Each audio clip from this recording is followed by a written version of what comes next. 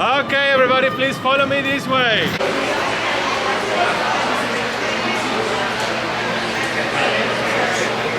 got Josh is one of our supervisors, and Shelby, he's the assistant supervisor. He's in charge of the day-to-day operations for Kraken.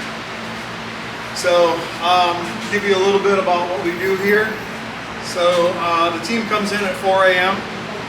and then they start their inspections, do all their inspections, any preventative maintenance needs to be done, any repairs, and then from there they start up the ride, test cycle it, test ride it, and then open it up for you guys during the day. After that, they'll come back in here. Now we have a train torn apart for annual inspection.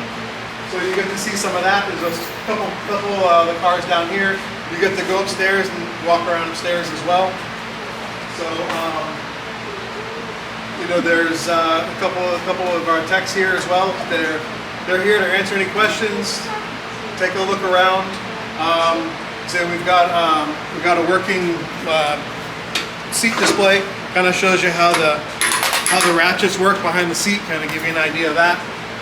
But then again, there's parts everywhere. So take a look, ask questions, enjoy yourself, and if you want, probably half the team head upstairs, kind of make a little bit of room for everyone, and then we can swap.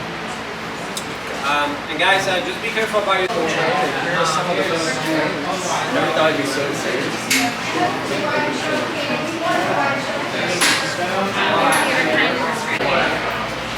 They overbuilt the track and the train so much that you really feel it. Yeah, you strap them on.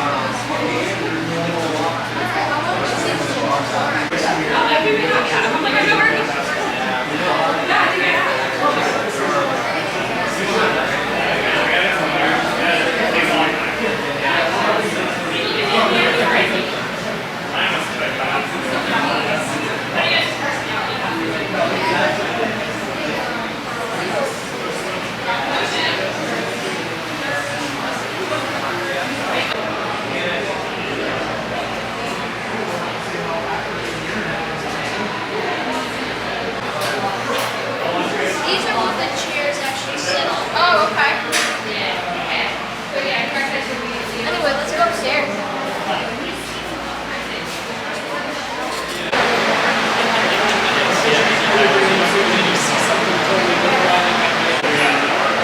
So, but when we go downstairs, you can go over to the cars and you can individually spin the pivots because we've taken the dog bone off. And it's pretty tough.